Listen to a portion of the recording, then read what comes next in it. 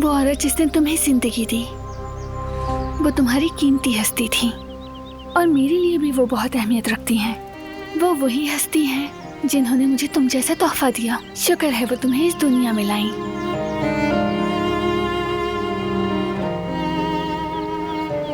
हम अक्सर मौत को मुकम्मल खात्मा समझते हैं, लेकिन ऐसा नहीं है। इंसान तभी खत्म होता है जब उसे भुला दिया जाए।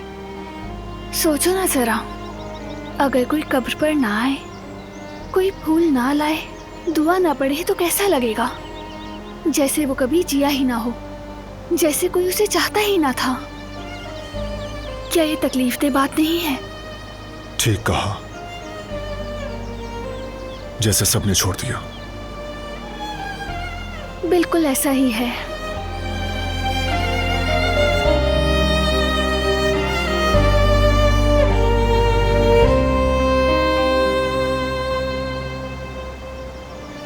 हम वैसे भी आते रहते थे,